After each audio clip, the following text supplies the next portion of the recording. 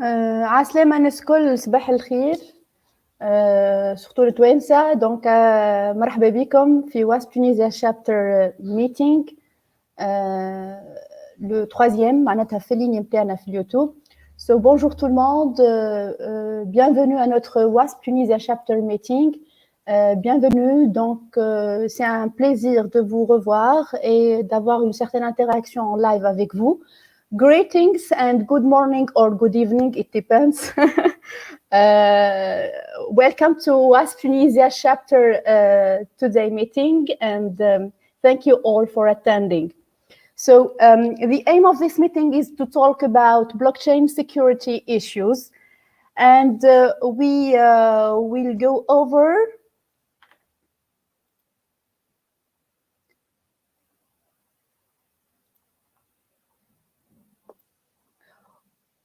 Hi. Hi, Nadia. So we'll go over introduction of blockchain and a demo of ICO application with Sami Bel Hadj. So Sami Bel Hadj is a senior manager at OWASP with more than 18 years experience, professional experience in software engineering and development in general. And Sami is a professor of blockchain technology and philosophy in several Tunisian universities. Welcome, Sami, and thanks for accepting our invitation. Hi, welcome, Nadia.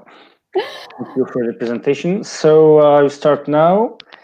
Just Sami, if possible, I will introduce all the speakers and just okay. Yeah, and we'll cover also blockchain security issues. First, with the pen testing blockchain solutions with Alex Devassi. Hi, Alex. Security, security analyst at EY from Delhi, and I think is having part of winning teams in Open Innovation Blockchain Hackathon. Congratulations, Alex, and thanks to be here with us. And finally, we will talk about securing smart contracts, developing using SCSVS, which is Smart Contract Securities Verification Standards, with Damian Ruzinek. Hi, Damian. Hi. Senior IT security at Securing, and with more than 10 years of professional experience and PhD in crypto and blockchain-based protocols and applications. So welcome all our guest speakers, and thank you for being with us. So perhaps now we can make a start, Sami? Yes, thank you. Yeah, let's begin. Yeah. Okay, so my understanding, I have 30 minutes, okay?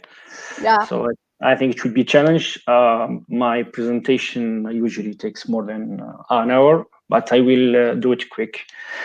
So welcome everybody to this very interesting presentation, very interesting event. Just I will go through my how to say biography of so as Nihal said, I'm head of life insurance and post-trade software development with 18 plus years experience as a system engineer, DBA, data architect, software dev manager, and I'm a blockchain enthusiast since 2014. You can find all my articles, my writings on my HTTP, on my LinkedIn or my Medium website. Okay, going through the agenda.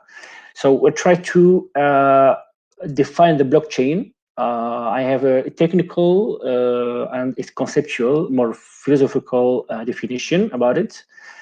So the goal is to try to introduce blockchain or to make the audience aware and understand what is the stake when using blockchain technology. And I will go through a scenario in which we will understand what kind of problems blockchain is solving. and then we'll have comparison between distributed database and distributed ledger, because there's a lot of confusion between these two things. Some analogy between the internet and blockchain, and how blockchain added some the notion of value over the internet. Next, I will talk a little bit about, despite I'm not a security specialist, but when reading about blockchain, we are exposed to a lot of security mechanisms, security designs, and security characteristics of blockchain. And next, I will do an ICO, initial coin offering application demo. Okay, let's start by a very simple and technical definition about blockchain. So blockchain is really it's a distributed database that is append only. We cannot modify what is already written, so we don't have the update possibility on this distributed database. This database is shared in a peer-to-peer network between multiple non-trusting writers. So it means that this database can span over multiple actors that didn't belong to the same central authority. The data integrity of this kind of databases are guaranteed by a distributed consensus algorithm. You know, we have a lot of distributed consensus algorithm like Paxos that is used by Google right now, and other one. But the blockchain and maybe the Bitcoin are using its own distributed consensus algorithm. So basically, blockchain solutions is composed of three basic components. We need to have a data model, like each database. This data model will capture the current state of the ledger, or what we are representing on this blockchain. We need a language of transactions that will use to make transaction that changes the ledger state from state 1 to state 2 to state 3 and so on. And we also need a protocol because blockchain is running on a distributed peer-to-peer network. So this protocol will be used really to guarantee this consensus about data among all the participants around which the transaction will be accepted. So every blockchain solution, every blockchain implementations, including Bitcoin, are composed of these three basic components. So to make, to try to really explain and present what this technology blockchain is trying to solve, and the creator of the first and the killer app blockchain application, which is Bitcoin, he's really trying, and he tried to and succeeded to clone the characteristic of physical transaction, in the real world, to the digital world, to a digital transaction. So a physical transaction is really very simple. We have Iman and Sami. Okay, well, this is like Alice and Bob, but in Tunisia for the cryptography. So a physical transaction. So Iman meets physically Sami to hand him a token, a coin. So this is a simple transaction. It's easily verifiable. We don't need a third party to validate the transaction. And Iman does not really have the money in its hand. So the scenario is very simple here. Sami now has one coin, Iman has 0. The transaction is complete. Okay, it's instantaneously complete. Iman and Sami do not need an intermediary to verify the transaction. Okay, Iman, after this transaction, can give Nihal, another participant, can give Nihal the same coin because she no longer has the coin to give because she gave it to Sami, obviously. But what if the same transaction were digital? Okay, this is very challenging. Iman sends the same digital coin. Okay, the coin will have its digital representation, which is a string of ones and zero. It will send to Sami the digital coin via email, for example. Okay, Sami should have the digital coin, and Iman should not, right? But not so fast. I think there is some cases that they because what if Iman made copies or forgeries of this digital coin? What if Iman put the same digital coin online for all to download? Okay, after all, a digital coin is a string of ones and zeros, you know. So I think if Iman and Sami own the same string of ones and zero, the real question here: who is the true owner of the digital coin? If digital assets can be reproduced so easily, what stops Iman from trying to spend the same digital asset twice by also sending it to Nihal? So the first obvious answer that comes to mind to solve this kind of problem is to use a database, okay, or a ledger. It's depending on the structure of this thing, okay. This ledger will track a single asset, digital coin, okay. So when Iman gives Sami the digital coin, the ledger records the transaction. Sami has the coin and Iman does not. Okay, so the database will record the state at a particular instance, the state of the transactions. But now I think they face a few and a new problem. Where we will put this database, okay? Who should and hold this ledger? We can put it in the side of Iman because she might erase the transaction and say that she still owns the digital coin, even though she gave it to Sami. It also can be Sami, the holder of this ledger, because he could, after the transaction, alter this transaction and lie to say that Iman gave him 2 coins. Okay, so we are facing a real problem here. So before blockchain, what we do to solve this kind of situation is to use a central ledger, which is held by a trusted third party. So we will call DALI. Okay. So next slide here. Just give me a minute here.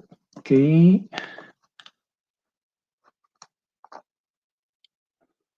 Okay, sorry. Yes. So now at the left, the solution that using a trusted third party. Okay. So DALI will come between the Sami and Iman. He will hold this ledger, okay, and Sami and Iman are forced to put their trust on DALI to maintain honestly this ledger. But there is some and a lot of challenges here. What happens when Iman and Sami cannot trust the trusted third party? You know, because DALI may impose commissions and fees that Iman and Sami are not willing to give. He can alter the database for his convenience. He can deny the service, whatever he wants. And also, this trusted third party and this central ledger is really, how to say, a single point of failure for the system. So to overcome all these problems, and remember to try in the digital world to have the same kind of transactions with the same characteristics that we were able to do it in the physical world, here it comes, the solution that is and the value proposition that blockchain technology offers, in fact. So what if Sami and Iman and will choose a configuration where this ledger is shared between multiple participants, okay, in a peer-to-peer network. So each one will have the same version of the ledger. They will verify each transactions that is done between Sami and Iman. Okay, and sorry, and even Sami and Iman will have hold of their data. They can hold at their side this ledger. So these solutions, I think it's secure by design, because just allow me to change to the because all these nodes, all these peers are using the same rules in order to validate the transactions. They need to use a consensus algorithm that will guarantee that the all the nodes on this peer-to-peer network have the same version. They see the single source of truth on this data. Okay, so this is with this configuration, with this setup, we really have the characteristic of physical transactions that which is a peer-to-peer one that is instantaneously executed, and which is secure, and that doesn't need a trusted third party to verify it. Next, I will I think the time will not buy. Okay, so now think about what we were able to do when we chose a blockchain-based solution in order to do a transaction, to make and to create a transactional system. I think blockchain is really a paradigm shift now in the way we really approach designing economic systems involving multiple peers with divergent interests. It's like we called it in the game theory the zero-sum game, okay? But each actor in this kind of network and kind of this setup finds it really profitable to be part of the same system. Take, for example, the financial system. When banks gather in the same peer-to-peer network, and we run the same system, the same consensus algorithm that will guarantee that they, at each time, they will see the same version of the data. This will help them really make their transactions very reliable, very fast, and they don't need all the overhead of doing some reconciliation or some due to the divergent version of data. So these systems are decentralized. There are rules, but we don't have rulers. So this kind of solution are governed by protocols, and instead of platforms like we see in the centralized modules.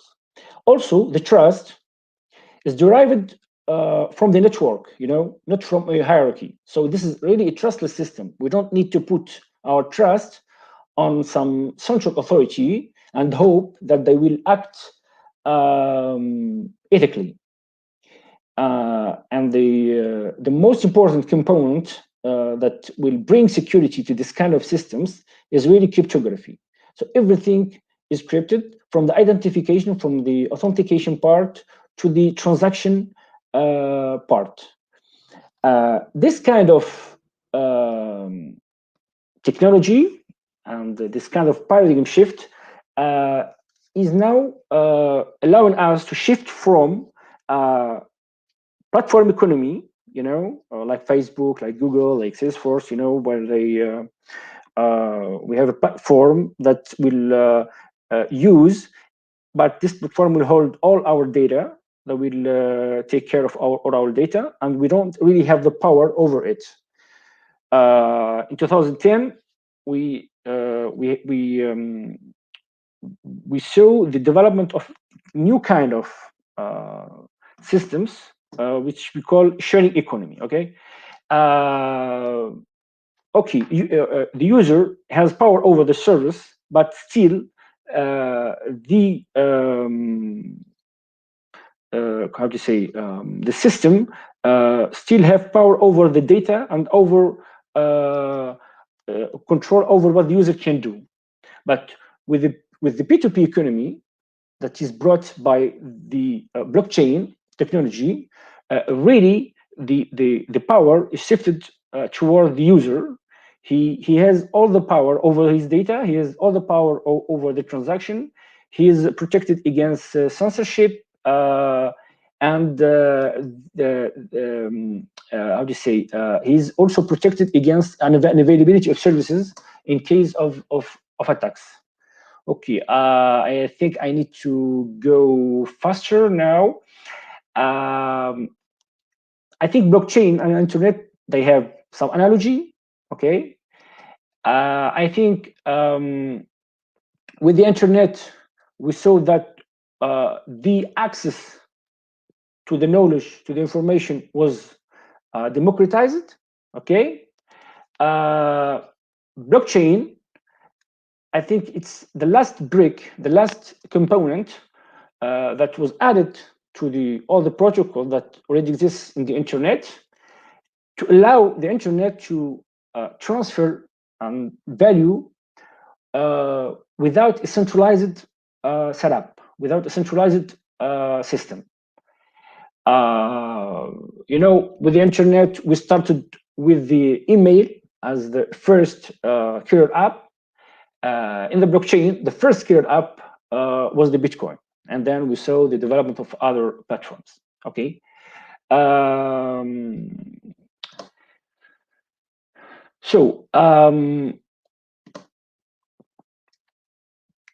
In terms of security, the decentralized applications that we built over the blockchain systems have some security requirements, which is we need the system to really solve the identification and authentication problem. Okay, with blockchain, this is solved by cryptographic identity. Means that we don't need a centralized database to allow users to transact with this, with the infrastructure, with the platform, with the system. It only needs cryptographic identity, which is really very secure. And also we need data integrity. Data integrity is guaranteed and assured by the fact that in blockchain system, transactions are encrypted, and we use a consensus mechanism that will guarantee if a node will behave not and will try to change the data, it will be how to say, shut down and go out of the system. The data confidentiality is also guaranteed by the development that is going with the homomorphic encryption, you know, doing some operation on encrypted data. So we can verify that data exists in an encrypted data without decrypting it. So this is really important.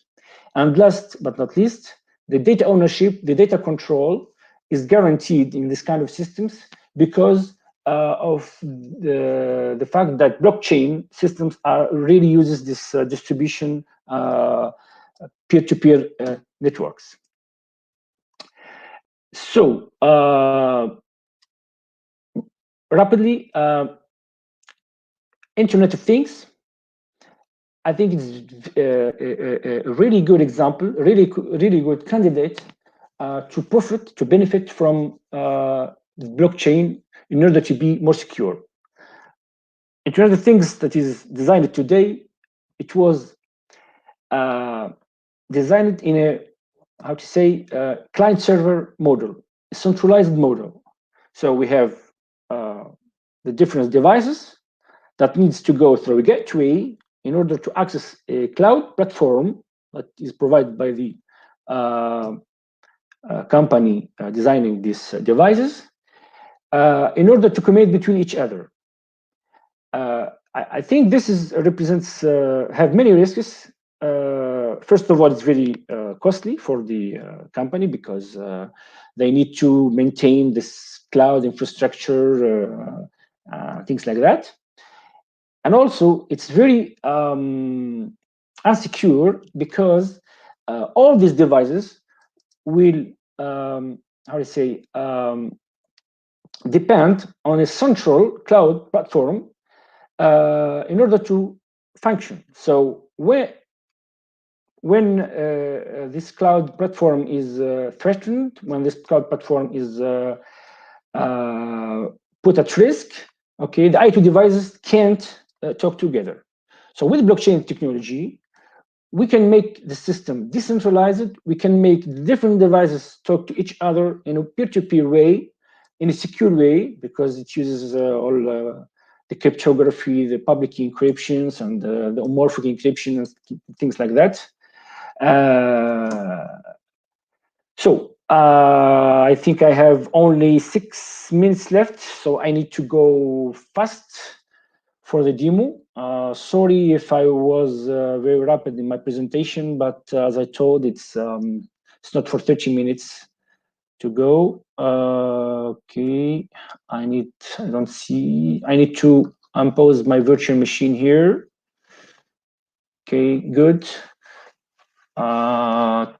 Okay, so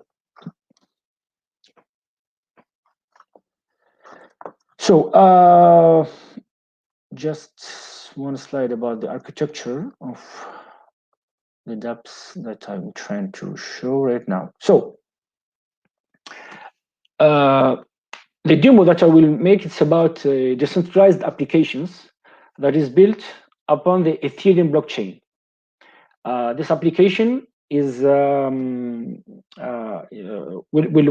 allow anybody that have an idea, have a project, to find a new way to finance, to raise money for his project without going through a bank or through a crowdfunding, system or financial institutions. So ICO is short for initial coin offering. Okay, so someone will have an idea.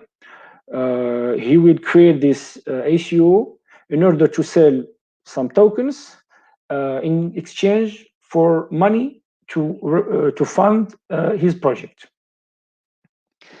The architecture of this kind of applications, it's very different, from the central and the classic ones.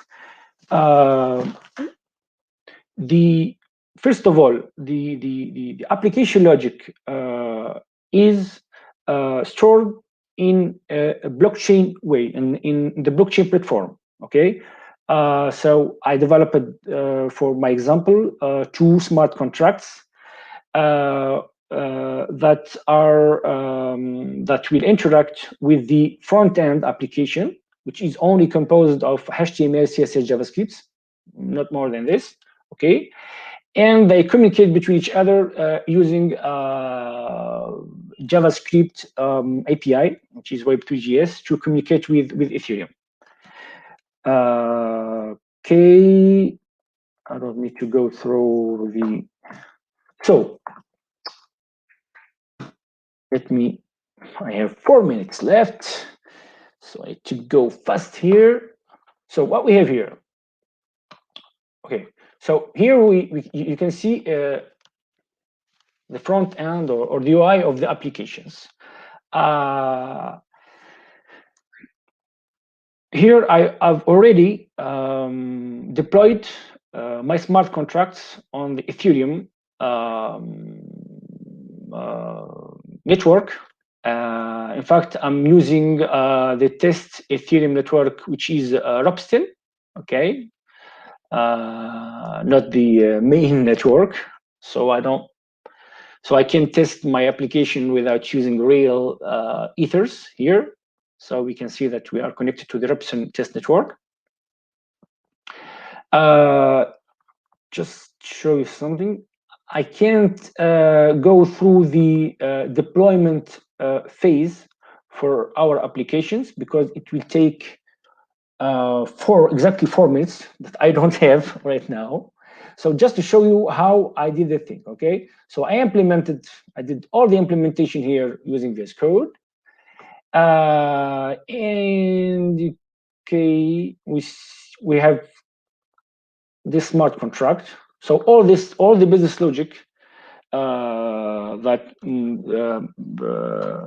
used in the application is implemented in a smart contract using Solidity, and I only need to deploy this smart contracts to the Ethereum platform, so to be broadcasted on all the Ethereum network. Okay, but in order to interact with this smart contract, I need front-end applications that make using the application more practical, more easy. Okay, so I just implemented some JavaScript that uses Web3.js here with some methods that will interact with the already deployed contract.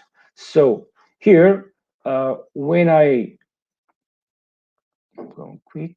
So this command here, it says to my system that deploy all the smart contracts that I've developed to the Ethereum test network Rbsten. So we can see the different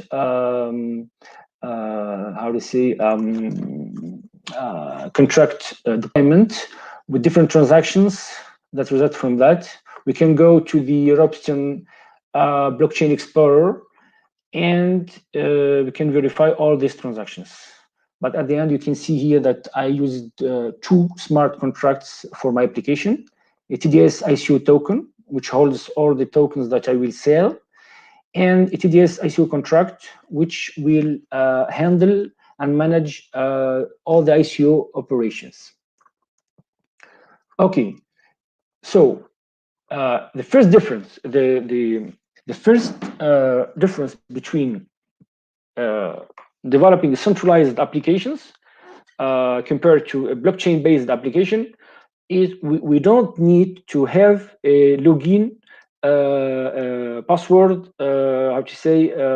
screen, because the application is decentralized, and the only way to interact with it is using our private and public keys.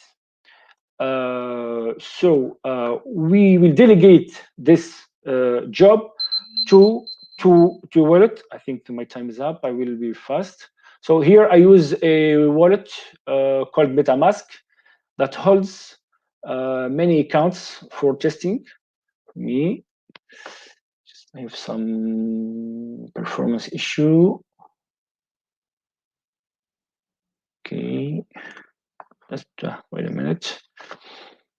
So here, MetaMask is blockchain wallet that holds many accounts and connect my applications to the Rbsten test network. So the account that I have here. First, let's go. Because I'm using a virtual machine on my Windows, so that's why it's very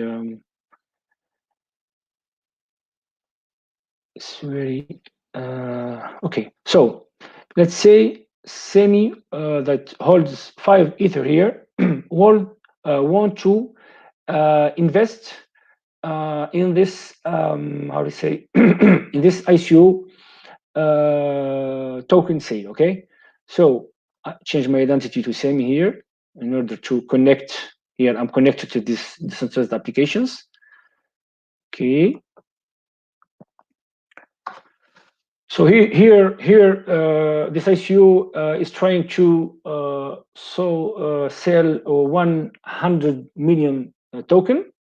We already sold 1,125 tokens, and we have the price of the token. 1 Ether will give us 1,000 token. Okay, and all the money, all the Ether that will be collected, will go to the ICO owner address. Okay. We can see this is the address of the ICO owner. So for the demo, yes, I will try. I will see. I will buy. Let's say 500 TDS token. Okay, I click buy. Okay.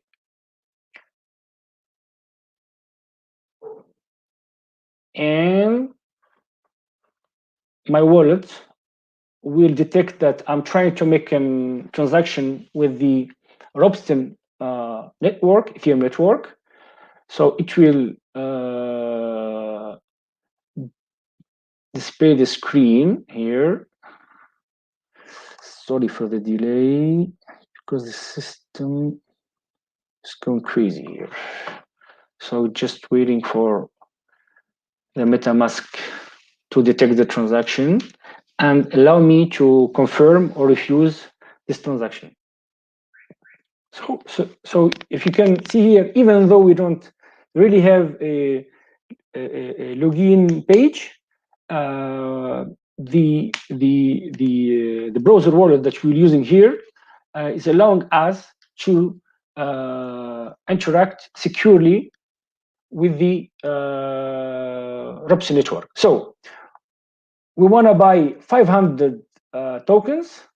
So 500 tokens, they will need 0.5 Ether. They will cost me 0.5 Ether. Okay, so I will check my transaction. I will pay 0.5, some gas limit to spend here in order the transaction to be on, and I will say confirm. Okay, so when I click confirm, I will sign my transaction with my private keys and broadcast it to the Robson network. So actually, the Robson network will how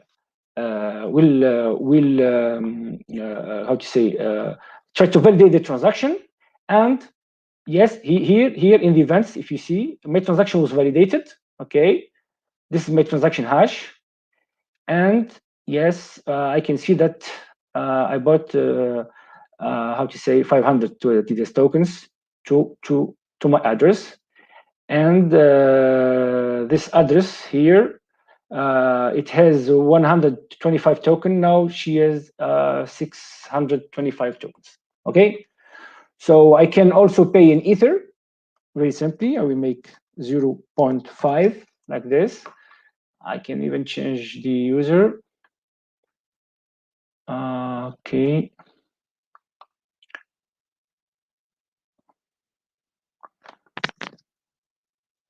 Okay, well, this will take a lot of time, I think. I don't want to take the time of my colleagues here.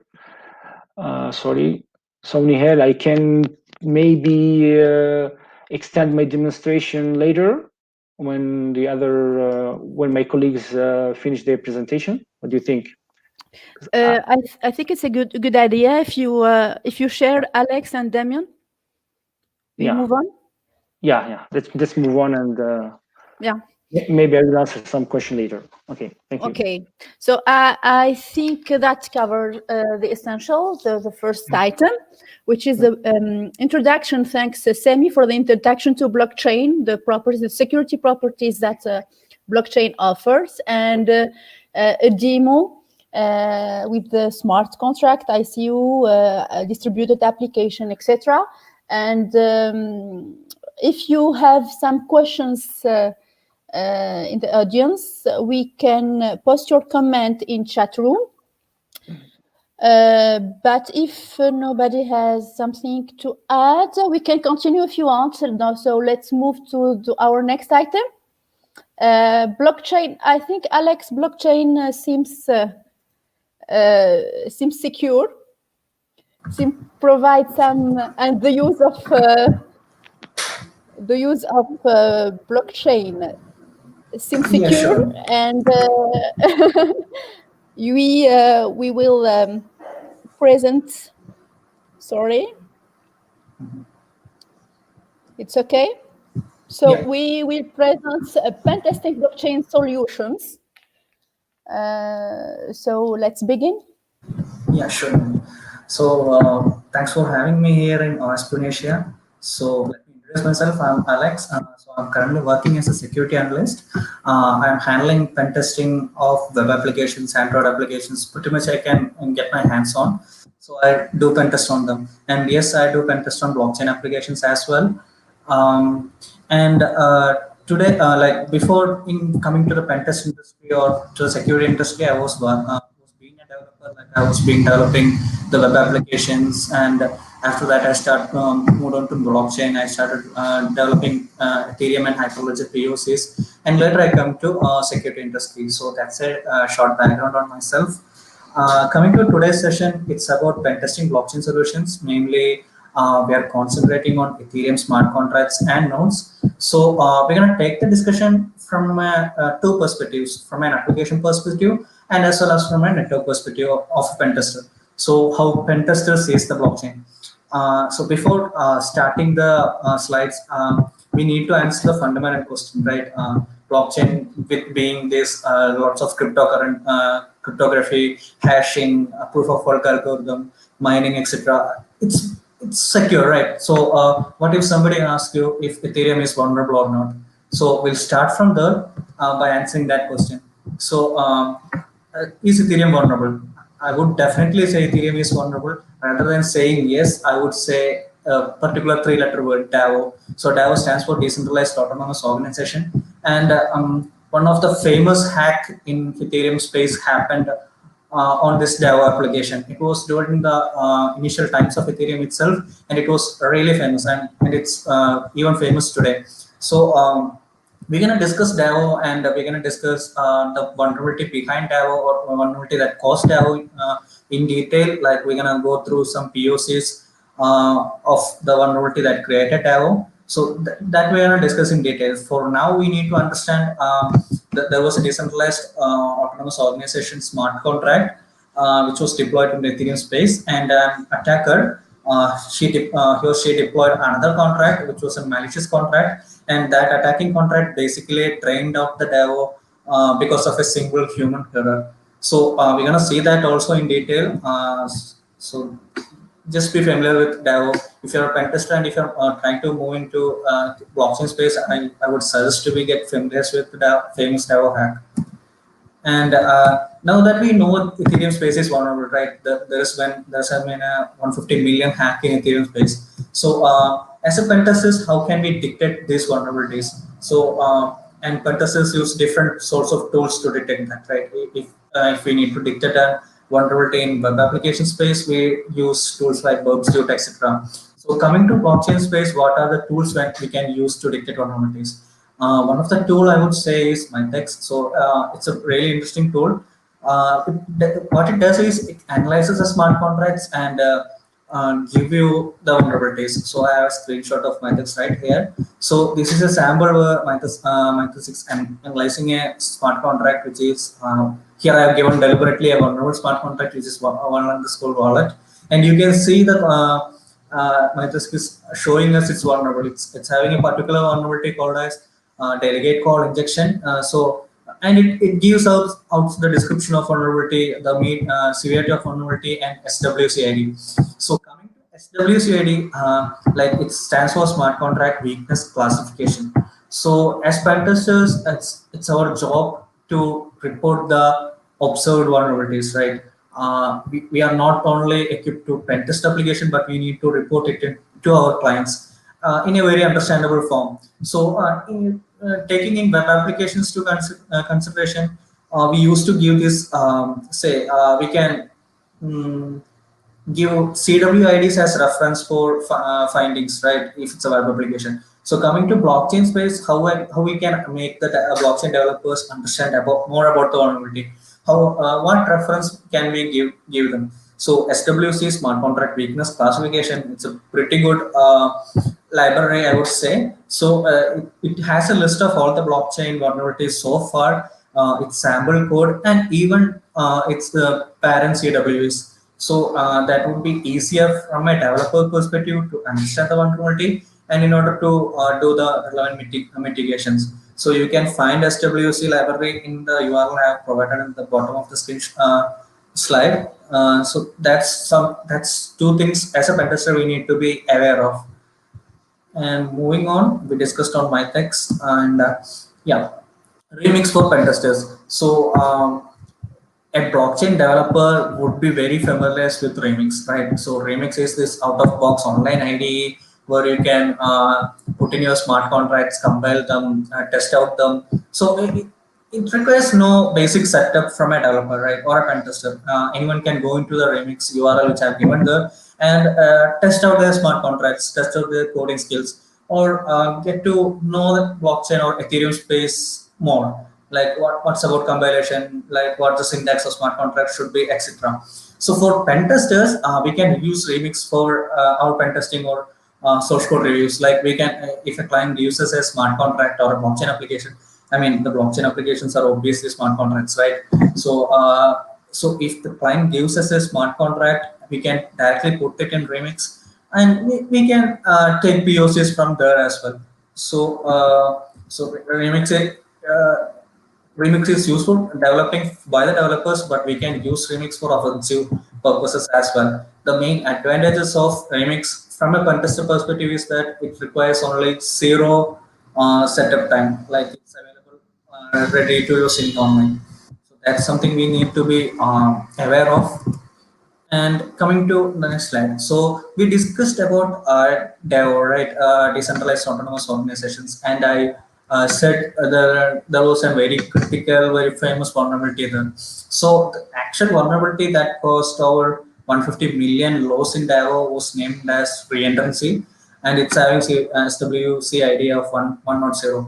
So you can read out reentrancy from the slide itself, but I would like to explain it with the scenario. So we use ATM machines, right? So if you go into the ATM machines, we put in our ATM card and withdraw money, right? So what happens if the ATM machine is not debiting the money as soon as we withdraw it? What happens if the ATM machine is only debiting the money from our account only after we pull out that card? So what happens in that case? That would be a programming bug, right? In that scenario, like we can go on withdrawing cash from the ATM machine as long as our card is inside the machine. So that would be a programming mistake which we can exploit. Luckily, our ATM machines are not designed in that way, so we cannot exploit that. But this exact scenario happened in DAO. So DAO, they designed the code such that it didn't debited the account balance. So you can basically keep withdrawing money from it over and over and over until the full DAO smart contract is drained out of ethers. So that's what happened in DAO, and this vulnerability is known as reentrancy. So a malicious contract calls back into the calling contract before the first invocation of function is finished. Don't worry if you're still confused on it. I can take Q&A at the end of session, but I will try to make it more. I'll try to explain it more. So I hope I could explain it more. So this is a sample smart contract, and I would say a vulnerable smart contract. And you're seeing the Remix screen right now. So it's a sample vulnerable smart contract in Remix. So if you observe the smart contract, it's having two functions basically, deposit and withdraw. So by deposit and what you say, and user can deposit either into the smart contract, and withdraw he can withdraw that deposited either. So that's the basic idea. It's a simple smart contract to explain the POC of reentrancy. Nothing being complex here. But as pen testers, we should look more at the withdraw function, like how it's coded. I explained the problem happened in DAO was because of we can withdraw cash without the smart contract basically without debiting that cash from our accounts, right? So here the vulnerability is actually in line number 9 and 10. So you can see the balance is balance of the sender is only reduced to 0 at the end of the process, which should happen before. So that's the basic vulnerability here, and we can now see how we can exploit this. So we have deployed this contract in Remix, and I have taken the smart contract address here. So I have highlighted the contract address of this one contract. So that's something we need, and now we have the one contract,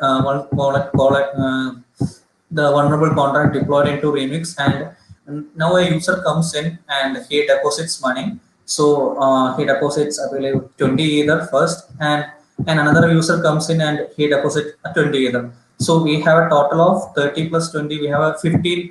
We have a total of 15 Ether in the vulnerable smart contract as of now.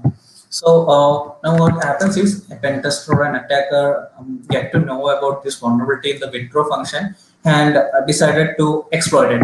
So the next step would be the exploitation, and this would be the attacking smart contract. So the attacking smart contract does nothing but to drain out that vulnerable smart contract, and we to deploy the one thing to be taken care is we need to deploy the attacking smart contract with the address of vulnerable smart contract. So you can see in the deploy function over here, I have highlighted and I have given the address of vulnerable smart contract. Basically means that attacking smart contract has a constructor which takes input of the contract address of the vulnerable smart contract. So now we have deploying that attacking smart contract into the Remix as well. And yeah, now we have deployed it, and if we try to call the attack function in the attacking smart contract, it will basically drain out the complete ethers from that vulnerable smart contract, which was 52 ether. So you can see in the decoded output, the attacking contract has now 52 ethers from the vulnerable smart contract. So it's completely drained out the vulnerable smart contract. So this is the reentrancy vulnerability in action right here. And this was the basic cause behind the 150 million DAO hack. It's just a simple programming error, but it cost like around 150 million to the Ethereum. Like this, we can exploit Ethereum or blockchain systems. Like we can exploit from an application level. Like we can exploit from the front end. We can exploit it through smart contract because of human errors, because of coding errors, etc. So even though blockchain systems are pretty secure in the sense of implementing cryptography, hashing, mining, proof of algorithms, it still have these security loopholes where we pen testers can concentrate on and exploit. And the impact of this exploitation would be pretty high considering the value of Ether in the market right now. So blockchain being secure, I would still say it's pretty necessary to the pen testing or the security assessments on blockchain applications.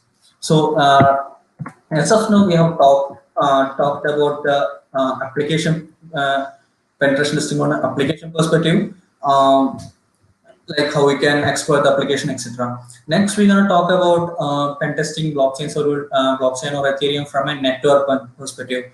So we know that there are blockchain nodes, right? So in order to get into a blockchain, you need to become a node in blockchain, basically a node in Ethereum as well. So for that, so as pen testers or security researchers, we can target this Ethereum nodes. We'll get to that later. Just keep in mind. So and another thing we need to focus on is setting up the environment for pen testing.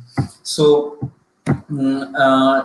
yeah, so imagine if a client comes to or a customer comes to us with their smart contract saying they require a pen test on it or a security assessment on it. So it's not feasible for us from a pen tester's perspective to deploy that smart contract on the real Ethereum blockchain and test it, right? Like we will be executing several of our pen test cases, and each of the test cases would cause us real Ether. That would be a big loss, I would say, in terms of everything. So that would be an ideal way of pen testing blockchain solutions. So what we can do is we can set up our local Ethereum instance or local Ethereum environment where we can test smart contracts. So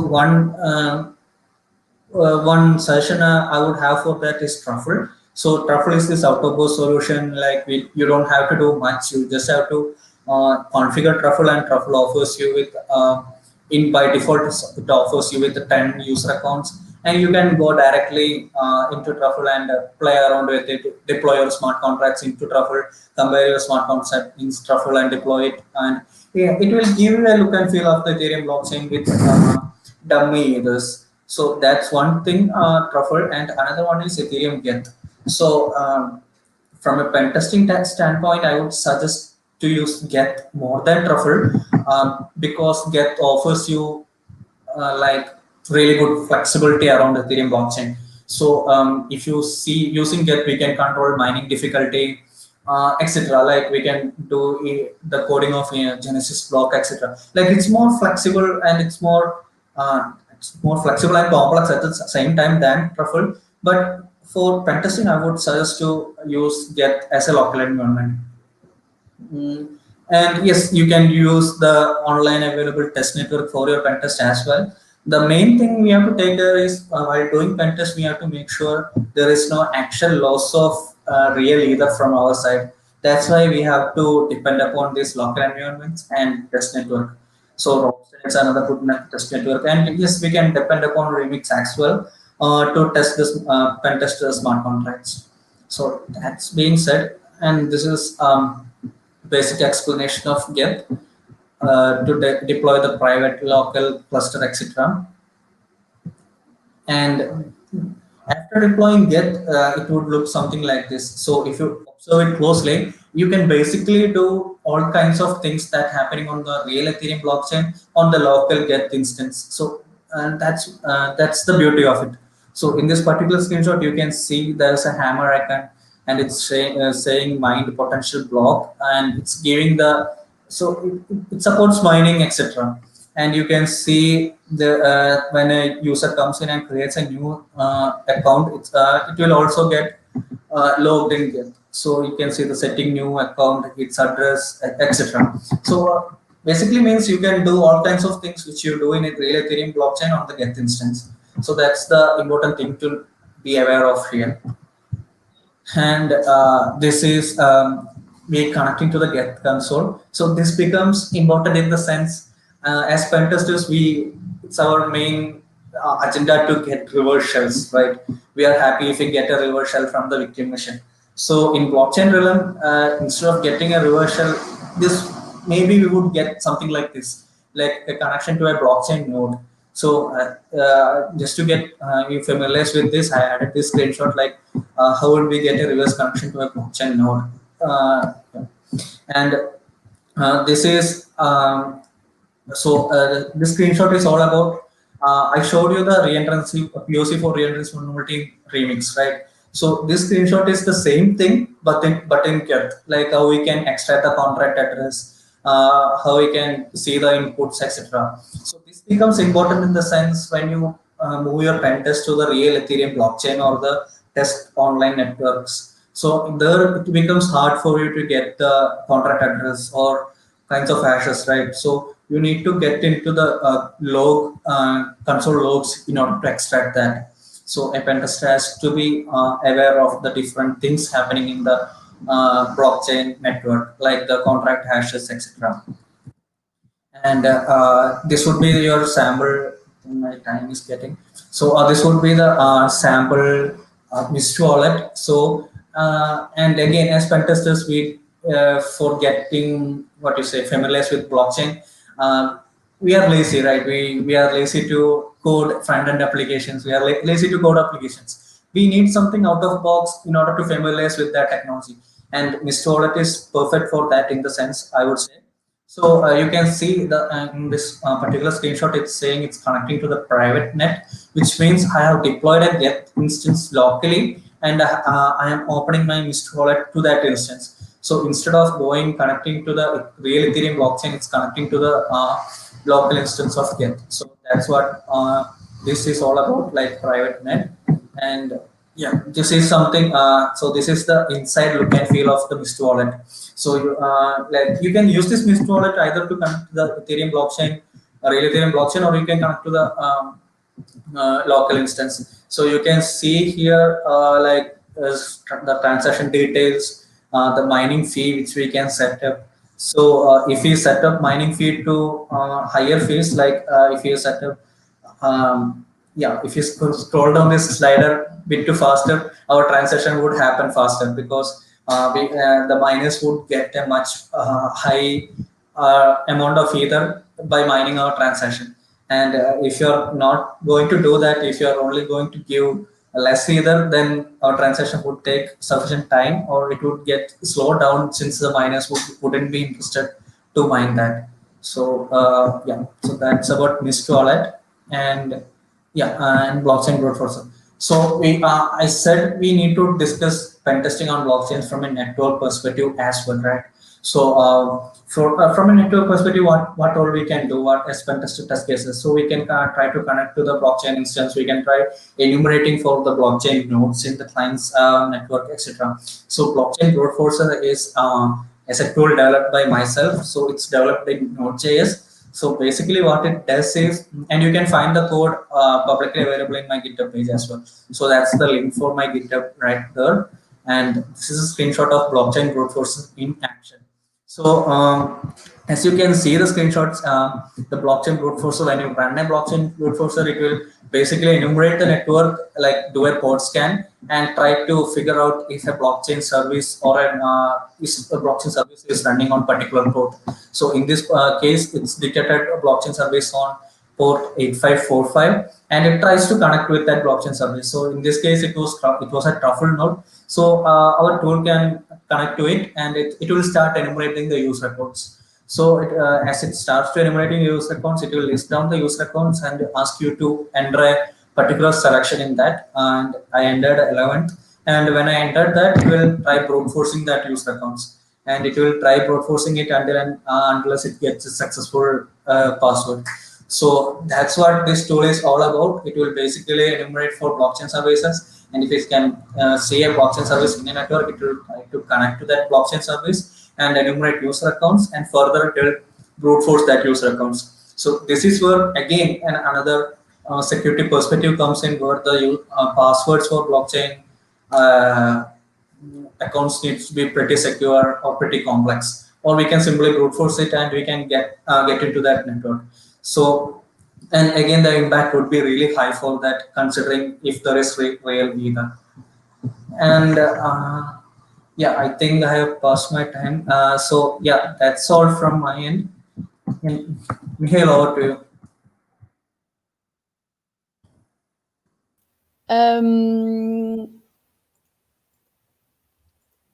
Thanks. You hear me? Yeah. Okay. Thanks a lot, Alex, for your presentation. Great. Pen testing blockchain. So the blockchain is secure, but we can pen test some smart contracts and some elements in blockchain as architecture. So if you have a question to Alex, no. I have a question from Bilal, but I think it's about the security information event management. Perhaps Damian will and Sami will answer that, because it's about security and not for pen testing. And Sami talk about IPFS. To the file systems to reduce the data in hash, to reduce the amount of the size. So we will talk about this.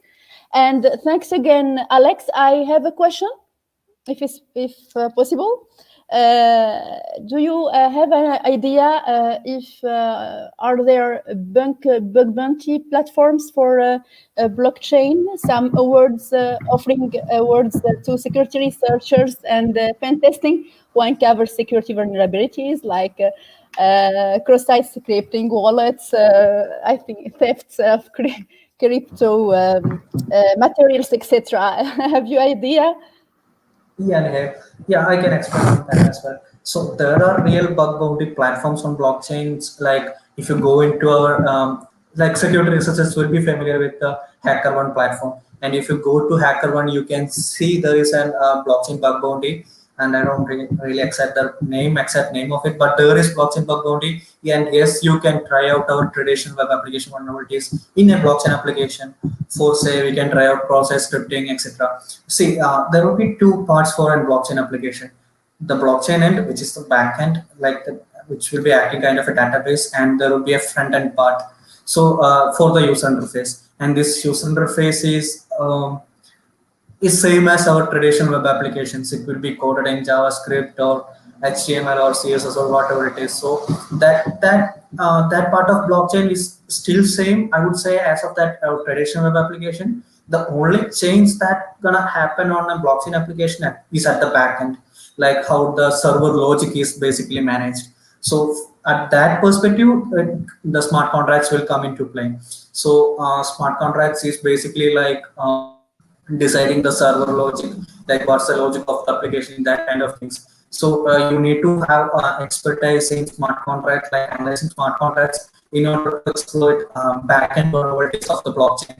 And there is even one particular very good blockchain exploitation video on YouTube, which they would exploit the blockchain system and they would get the OS command execution. So it's everything is possible on blockchain systems. You just need to think outside the box of our traditional web applications. Thank you. Thank you very much, Alex, for being here and for this presentation and your answers. So we move on. Our next presentation. So welcome, Damien. Hi. So Damien, so I share. Okay, it's okay. Yeah. Okay. So let's begin if you are ready. I'm ready. Whenever you're ready. Okay. So I guess I should start now, right? So first of all, thank you for inviting me to OWASP Tunisia Chapter meetup, and I'm going to talk about let's say the third phase of what my colleagues were talking about. I'm going to talk about the secure smart contracts development using our tool, and I will present the tool.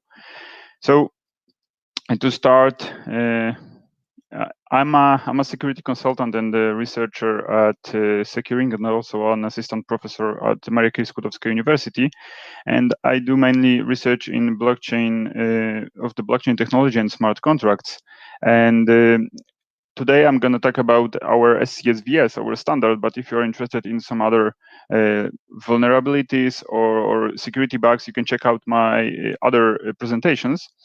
But let's get back to business. So I've been a web developer for years, and that's why I'd like to show you the differences in the approach to security between the web applications and decentralized applications. And the biggest difference is the architecture, and it's been already covered by Sami and Alex partially.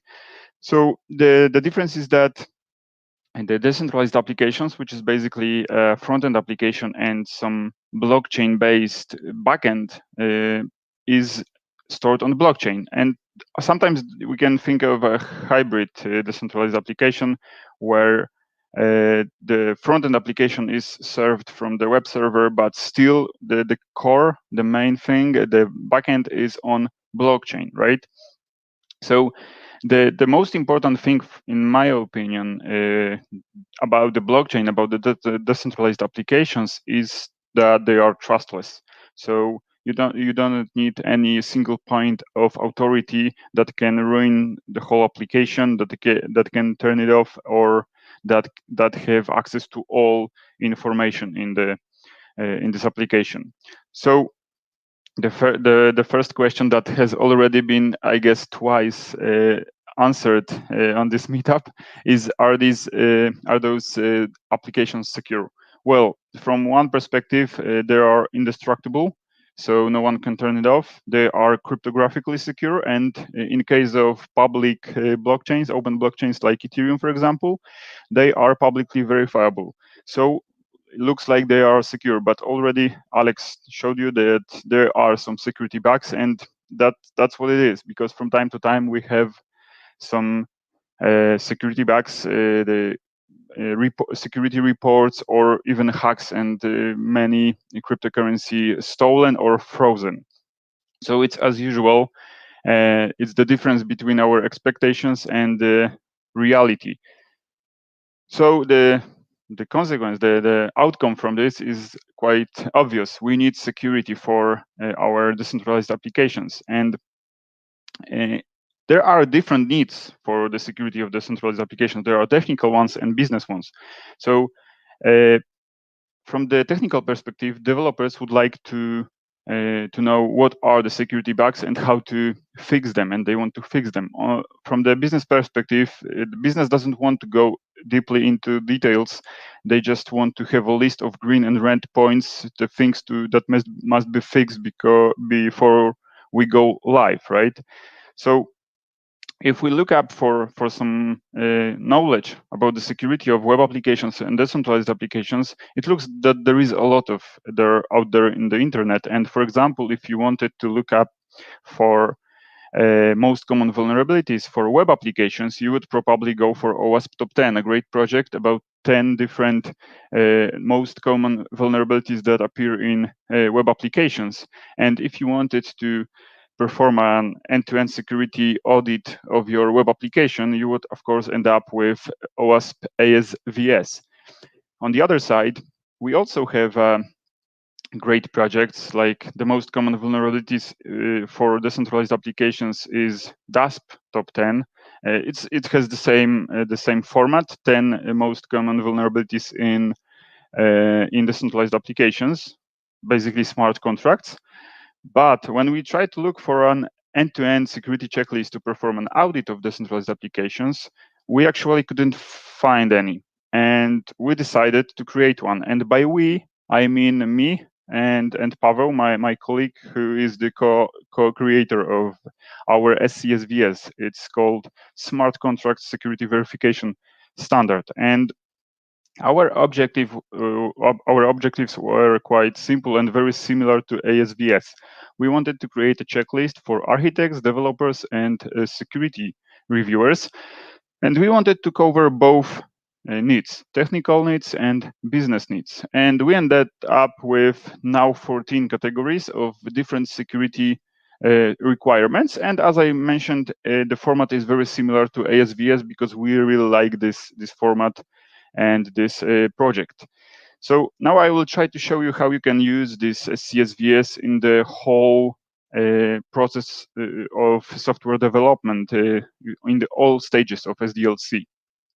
So let's start with the first phase, the analysis and the requirements. So the first similarity, and by similarities, I mean similarities between web applications and decentralized applications, is that you must perform threat modeling. For any application, you must do that because you need to be aware of who is the potential threat actor, who would like to attack your system, what can they get from your system. Actually, here the answer is obvious for decentralized applications. Mainly, it's money in the form of tokens or cryptocurrency. But still, you have to define the trust boundaries between your contracts, because usually the smart contract system application is not only one contract. It's usually a lot of different contracts with different integrations. So that's the first thing. And on the other side, we have differences. And I guess the most obvious difference here is that the data in web applications are stored in a protected database. So no one has access, the direct access to the database. On the other hand, here in blockchain, in public blockchains, we have data stored in the blockchain, which is publicly available. So anyone can read it. And also because of the fact that blockchain is append only, it stays there forever. So you cannot easily remove it. So you must remember, and by the way, these gray boxes are the security requirements from SCSVS. So that's why I paste them here one-to-one. So you must remember to not consider any data kept in decentralized applications safe or private, and also you must not keep any confidential or sensitive data in blockchain, like passwords, personal data, or any tokens. And by tokens, I mean some kind of access tokens, not the ERC20 tokens. Another difference is the randomness. Well, randomness is, I mean, cryptographically secure pseudo-randomness. It's easy to get in web applications. It's a matter of one function call. While in decentralized applications in blockchains, it's not that easy because the code is executed on many different nodes, and it must be executed exactly the same. So no local parameters can be used that are usually used to get a pseudo-random number, right? So that's a challenge here. And if you do it wrongly, if you generate the if you generate the pseudo-random numbers insecurely, you can end up with your money in the form of cryptocurrency stolen. So you must remember not to generate pseudo-random numbers trivially based on any information from blockchain that is publicly accessible. And also another difference here is that we have some kind of new threat actors in decentralized applications. For example, miners and validators. They can front run your transactions. They have access to all transactions before they are validated. So they are a step before everyone else. They have the wider view on the blockchain state. And if you want to check out how they can behave badly, you can check out this article. I'm gonna leave the presentation on the meetup page after the meetup, so don't worry, you will have access to that later. So to sum up from this stage, you must remember to implement your contracts according to the documentation, to the white paper, and it must like reflect one-to-one to the white paper. And also you should remember about defining the business limits and make sure that you correctly enforce it. Like for example, some kind of limits for a transaction or some kind of limits for parameters in the function calls. And also you must remember to not disincentive users to use your contracts, because if you end up with, for example, too expensive transactions in your contract, user may leave your contract and then your contract is useless because no one uses it. So your token, your cryptocurrency goes to zero and actually your project is ended. The next phase, design phase. Here the similarities are, I find two main similarities. The first one is the least privilege rule. So you must remember that no one should have too much power in your application. The blockchain is about decentralization, about the granularization of access control. So if there is one entity, one person, one contract that can control any other aspect of your application, it's not blockchain. It breaks the concept of blockchain because there is one point of authority, right? So you should remember that even the creator of the contract, even the owner, should not have too much power. And also access control, well, it's publicly accessible. Anyone can check it because it's usually implemented in the smart contracts. So you should keep it centralized and simple as possible. And by centralized, I mean the rules, the access control rules, ACL should be in one contract that is easily to follow and easily to understand. Because if you spread the access control logic to different contracts, it's much harder to control it. I mean, to monitor it, whether you not give too much power to somebody that is not authorized, for example. And differences here, well, the first one is our loops. And I mean those loops whose consequence is denial of service. And of course, in case of web applications, we have so-called infinite loops that can cause a DOS, right? So, but it's easier to find them in web applications because they are defined explicitly in the source code. So we can quite easily find while true or while 1 or 4 without any conditions. In the case of decentralized applications, it's not that trivial again, because you can think of, for example, an array that is not bounded, and you can think of iterating over this array.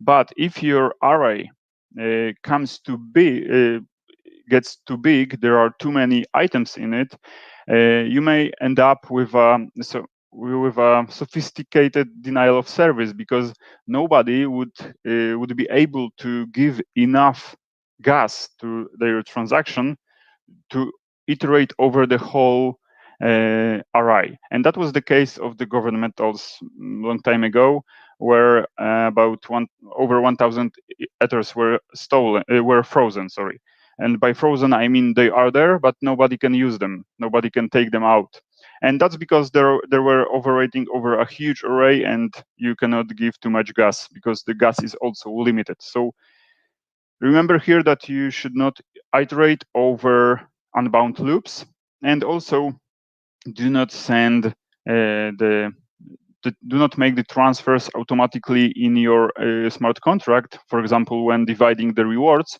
but rather keep it in your contract and then allow other contracts to withdraw their rewards in another separate transaction. So it's also important to remember to decrease the risk during the designing your application. And well, the decentralized applications, and especially decentralized finance, is a good piece for hackers because there is a lot of money there. And in order to decrease the risk, you should keep as less money in the form of cryptocurrencies in your smart contracts as possible, so that it's not that a good start for a hacker, right? They would rather attack other contracts where there is much more money. The third phase, implementation.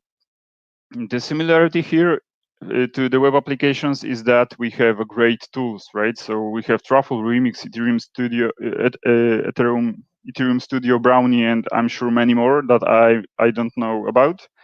And all of them perform some basic security analysis, but still we make bugs, right? So what are the typical bugs here? Well, the arithmetic bugs like underflows, overflows are not that common in web applications, because usually web applications use some frameworks or servers that check this out. So they find out that you're doing some kind of overflow or underflow, and they do not allow that. Unfortunately, in case of decentralized applications, it's not easy to. It's not by default. I mean, the checking for overflows and underflows is not done by default in Solidity, for example.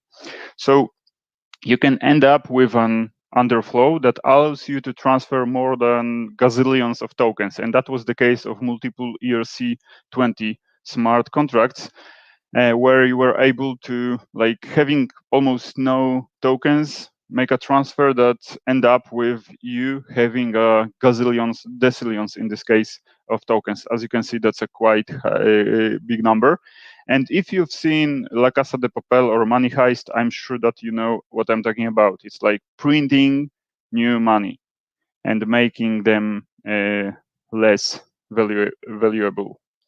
So you must remember here to use some kind of libraries like SafeMath for arithmetic operations, because they will find out that there is an underflow or overflow, and they will revert the transaction. So the transaction will be stopped and not validated. And also you should consider to check out for extreme values in your smart contracts, so that it's like with the business limits from the past phases. And also do not use the strict inequality for balance equality. Use rather non-strict inequality. And I mean, if you're looking for If you want to change whether somebody has enough money, do not check whether his balance is equal to the money that he wants to transfer, but rather if he has more money, because you can send any Ether to any contract or any address, even if it has not it in its business logic. Other differences here, recursive calls, and this is similar to infinite loops. In case of web applications, you must explicitly include the call, the recursive call, in your code.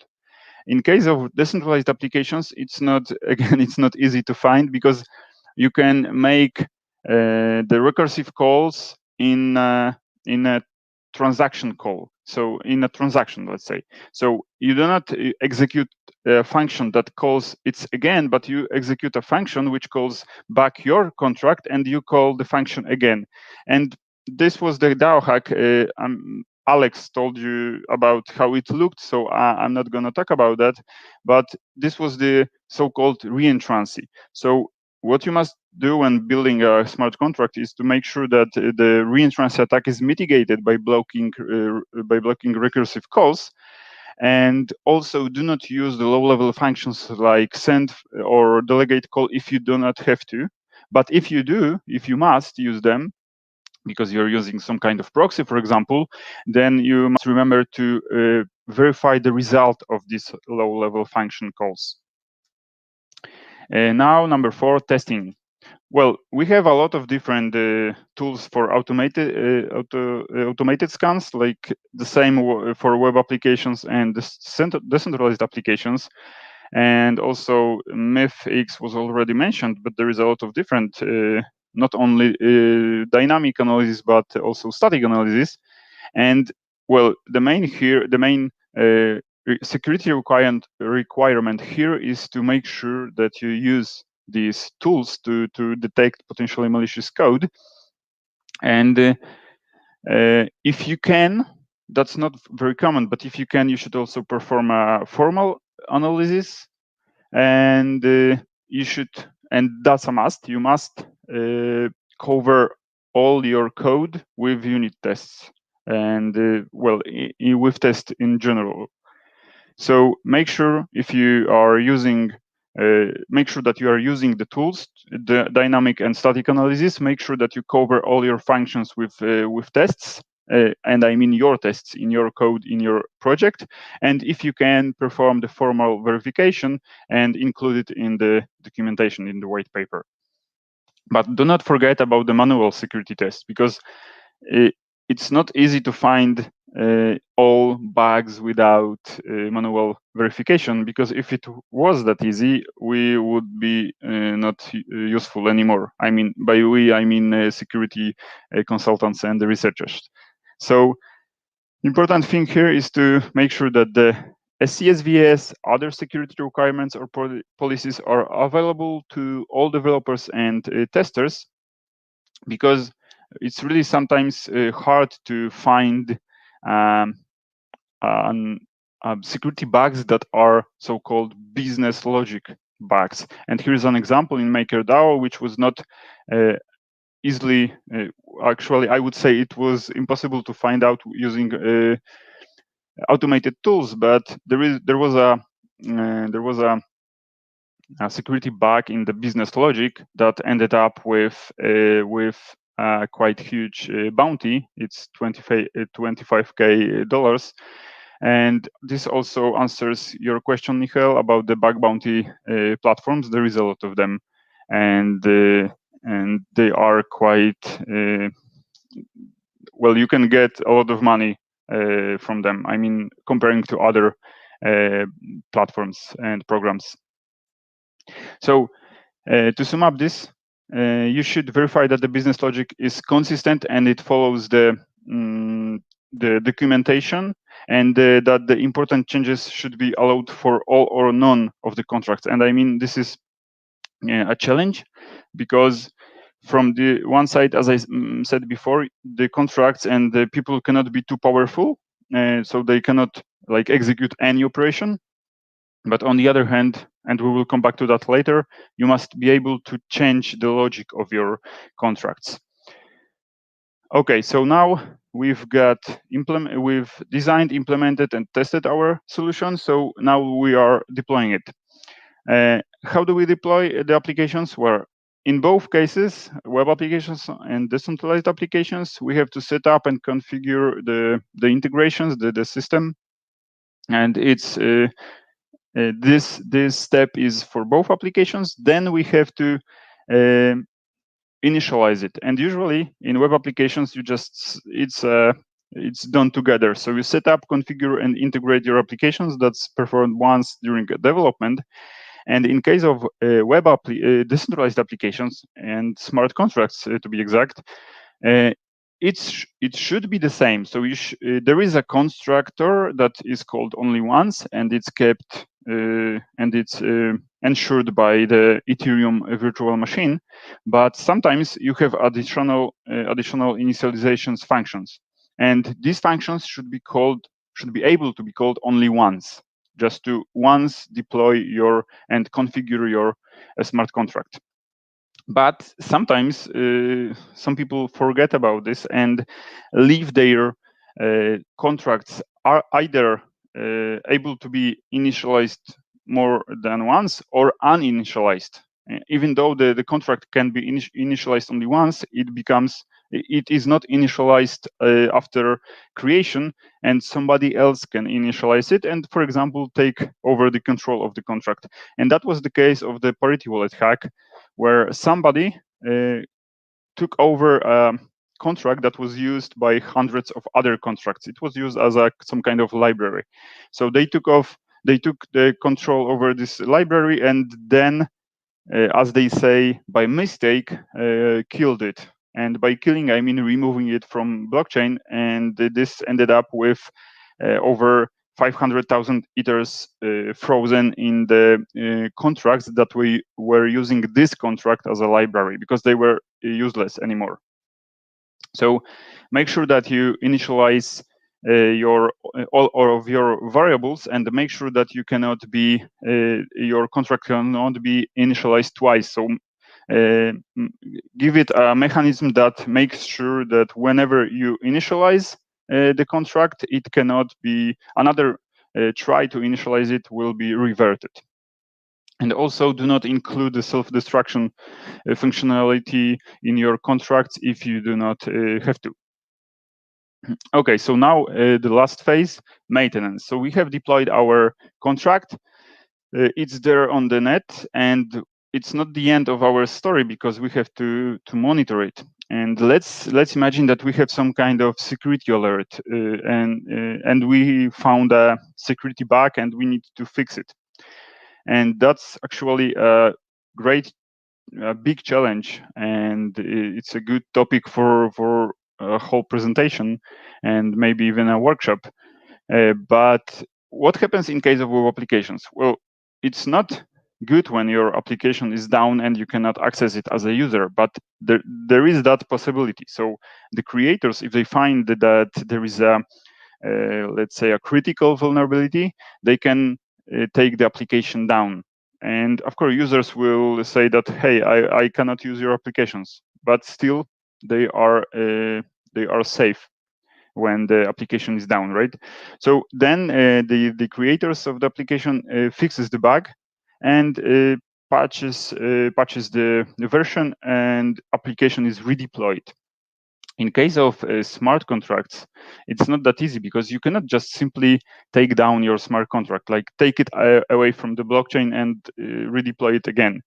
So here it's a big challenge, because from one side you should be able to pause your main functionalities, because whenever a security bug is found, anyone can actually exploit it because it's open, right? So, and when you try to fix your contract, there is a lot of bots that look up for interesting transactions in the mempool before they are validated and executed, and it's like they are looking for people who are trying to fix their contracts, and they want to attack their contracts before they are fixed.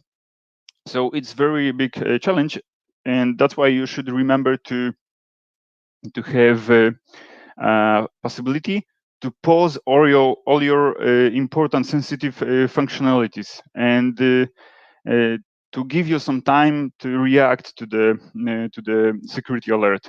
And also, you should remember about another big challenge, which is upgrade process for your contract, because sometimes it's not easy to fix the bug. You have to, let's say, redeploy the new contract. So it's like a new version of the same contract, and then you have to migrate. But it's a challenging task, and you should think of it before you deploy your contracts, your system. And also, there was a question about the CM, because I have removed it for this presentation. But you can code. You can use so-called events in your code, and whenever some interesting operation happens, like for example token transfer happens, you can emit a so-called event. And then on the other hand, you can have an application that waits for these events. So whenever an event is emitted, your application gets notified, and you can either perform some logic on the events themselves, or you can pass them on to the CM and then do wider analysis, including the events from your smart contract. So that's the case. So why I said that SCSVS is not 30-part standard anymore, but it's 14 categories, because we have added another category lately, like a week or 2 weeks ago. It's called decentralized finance, because decentralized finance exploded last year. I mean this year, and in Ethereum, and there is a lot of new approaches, new mechanisms that are, from one perspective, very nice to use them, and on the other side, they are useful for hackers. And we have created this category that covers such things like lending pools, flash loans, which are quite interesting, the governance, and on-chain oracles. And just for example, three security requirements for our from our category is the first, that you should not, I mean the contract that lends money, should not verify its balance to be changed only with its own functions, because the idea here is that you lend money, somebody gives it back, and you verify and you validate this transaction. But they can, for example, put some money to your contract, not giving you the power of it, but by, for example, depositing on their own these tokens. And I don't want to go over all of this. I'll leave you my article that covers all of these checks from this category. But just to show you that we are working on the other categories, like decentralized finance, and also this brings a list of new challenges to smart contracts. So to sum up, we have filled the gap for let's say end-to-end security checklist to perform an audit with our SCSVS, and this covers both needs, technical needs and business needs. And well, if you want to develop secure smart contracts, you can check this out. It's there. It's on GitHub. It's open. And if you're looking for any audit, want to perform some audit or pen test of your contracts, you can find me on Twitter, on LinkedIn, or you can find me on mail. And also, we are with Pavel, we are thinking of a workshop or maybe training about security of smart contracts. So if you are interested, just please leave us some message on the form, so that we know what you are interested in. And by that I mean, if you are more interested in the introduction to the security of smart contracts, or maybe some advanced topics. So thank you. If there are any questions, I'd be happy to answer them. And I'm giving the floor to Michał. Thank you. Thank you very much, Damian. Thank you for your presentation. It was very clear, and I think we have some questions for, I think, Sami, Damian, and also Alex. Alex, you are here. Just I remove this. So we switch to QA. Sorry. Okay, so QA session. So thanks again, our dear guests. So I will show the questions. The first one, Bilal. Bilal said, is blockchain the solution to IoT security and privacy? IoT remains a major challenge, mainly due to the massive scale and distributed nature of IoT networks. So, Sami, if you want. Sami, your microphone is off. Okay. Hi, do you hear me? Yeah, good, great. Yeah. So yes, it's a great question. So as I already said, the IoT ecosystem is facing a challenging situation because it was built on a central model and a client server model. Okay, and with the how to say the increasing number of IoT devices that are being deployed, they're facing some issues like security and scaling and performance. The blockchain technology have some intrinsic characteristics like the decentralization, the peer-to-peer communication, like the how to say cryptography of transactions that will make the how to say the control shift from the central of the blockchain of this of the information IoT architecture to the edges, to where the devices are deployed. So each device will have its autonomous control over which peers he will communicate with, and if, for example, there is malicious devices that will act unethically or do something not good, the blockchain technology will allow to shut down this kind of devices, to make them out of the system. So yes, blockchain is a good candidate. IoT is a great candidate, in fact, for deploying the blockchain technology. Yes, there is some challenges due to the huge volume of data, but at the same time, blockchain, they're working on some file system that is deployed in a blockchain-based way, like IPFS, like Swarm, Ethereum, like in order to handle this kind of informations. I hope I answered your question, Bilal. Okay.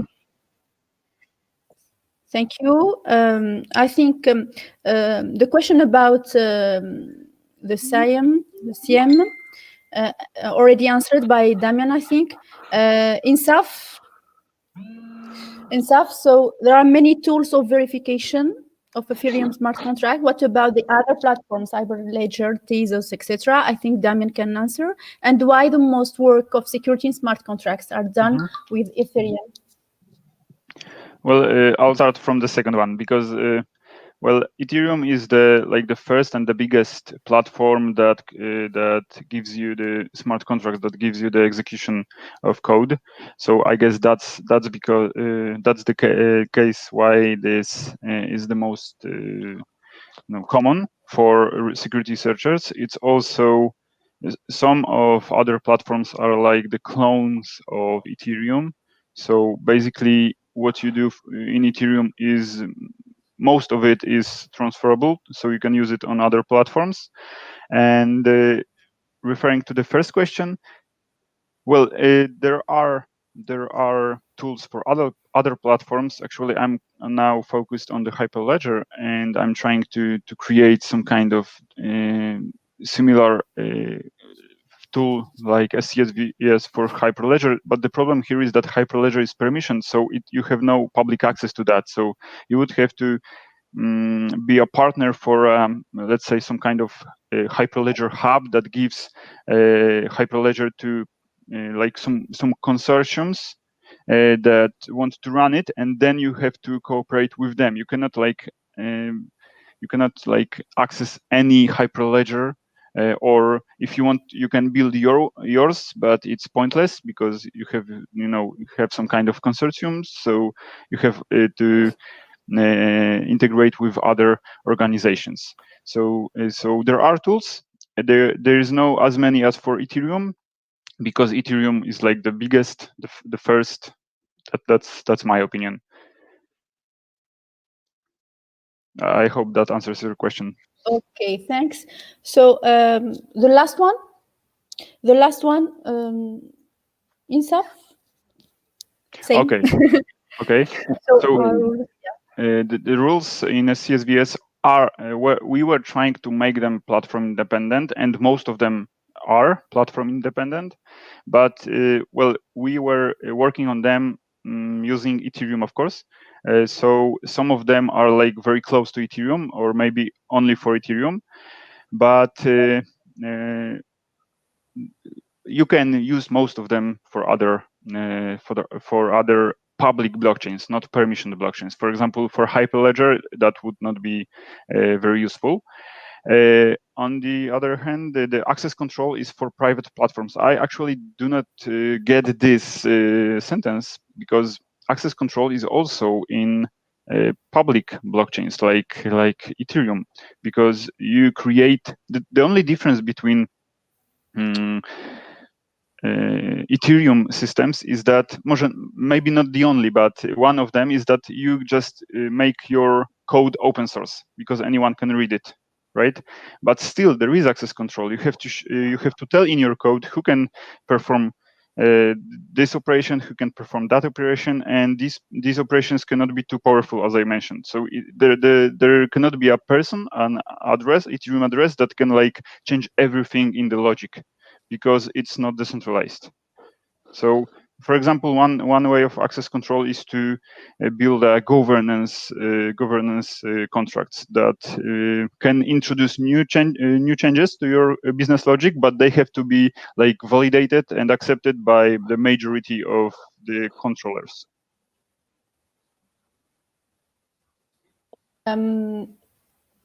It's okay. No other questions, I think. Morka, just a request, you share your slide. I just yeah, I'm sure we will. And if possible, of course, Alex and Sami, to share also your slides. Yes. Do you have questions or some final word? Or I have just a final question also to Damien. Sorry. You talk about formal verification and as the requirements in analysis and the requirements phase in your secure SDLC or security by design for a smart contract. If I have in mind the Tezos Insaf talk about, Tezos, which is which Michelson, I think, the language which is formally verified by design. The second phase of my question is with application security verification standards of OWASP. We have three security levels of applications. So the formal verification, I think we can use it for some sorts of some types of applications and not all types of applications. So the standard you propose, we can, for example, put some levels of applications. It depends on security levels or criticities. I don't know. So this is my we were thinking about the different levels, but there is no so many security requirements yet. And if we wanted to divide it to different levels, we would probably end up with the level 3 with only formal verification, right? I agree with that. That's why I said that it's nice to have. It's like most of the projects do not have formal verification, but it's nice to have. And if I divided if I had to divide the security requirements into 3 levels, I would definitely assign it to the level 3. Like, and we were thinking about that, but at this moment it was like quite useless to perform it, because even we as a security consultants usually use the level 2, and almost never level 1, because it's like totally basics, and you should do it even for, let's say, homepage, but level 3 is not that common. And yes, I guess the formal verification is the level 3, but I didn't want to remove it, because if you can do it, go for it. Yeah, okay. I don't know, a final word, or perhaps Alex, if you want to add something. For example, the 51% attack, it could happen. Yeah, so it's theoretically it could happen, but practically I would say it's a challenge to do 50% attacks. So I think there is a question of how much of the SC pen test can be automated. And there's special solutions for that. Are there special solutions for that? Yeah, so for MyTex, like myself and Danny showed you tools like MyTex, so that those tools can be used for that automated pen test. In the sense that those tools will show us the vulnerabilities, and it's pen test, right? We have to do manually get the POCs for that. So yeah, we can use tools for doing pen test. Yes, so the tools like MyTex, and other special solutions for that. And I think one more thing to add on here regarding the IoT is that there are networks like Raiden, which is specialized for IoT devices. So the scalability problem of blockchains can be addressed by those special networks such as Raiden. And Ethereum was also talking on migrating from the proof of work algorithm, which required so much of CPU power, into something like Plasma. So I should say we should keep our eyes open for that updates as well. Okay. Thanks a lot. Thanks for attendees. Thanks for our guest speakers. I'm very happy to having you to our OWASP Tunisia Chapter meeting. So a final word, if you want, our guest speaker. If I can, I would just want to say thank you for invitation, and thank you for coming on Saturday. We know that it's a free day, so even more thanks for that, and maybe see you soon somewhere else. Yeah. Sami? Yes, if I may add, thank you, Nihal, for your energy, for your motivation to gather people in order to push things forward in this technology. I think in the current state of blockchain now, we can compare it to the internet in the in the 19th. Okay, when we have the Web 1.0. Okay, it's static HTML pages like this, but in the coming years, the blockchain technology will be, I think, more advanced, more tailored for many use cases, and security will be, yes, a big challenge, a big I would say question to be solved. Yeah. Thank you. Thank you. Alex, if you want. Yeah, Neil. So thanks for inviting me here, and it's been a great experience, like discussing on blockchain security with this great panel, seeing questions from people. So it's been a great experience. Thanks. Thank you again, and thank you again. And just I should also thank the attendees, the questions also of our attendees, and I want to thank our partners. They help us to share these events. So our National Agency of Information Security, ANSSI, IEEE Tunisia section, Tunisian Virtual University, and SecureNet Foundation. So we have many partners with us to share this content. And thank you again. Good luck, good work, and see you. Ciao, ciao. Bye. بسلامة يا جماعة. سلامة. Thank you. Bye. Bye.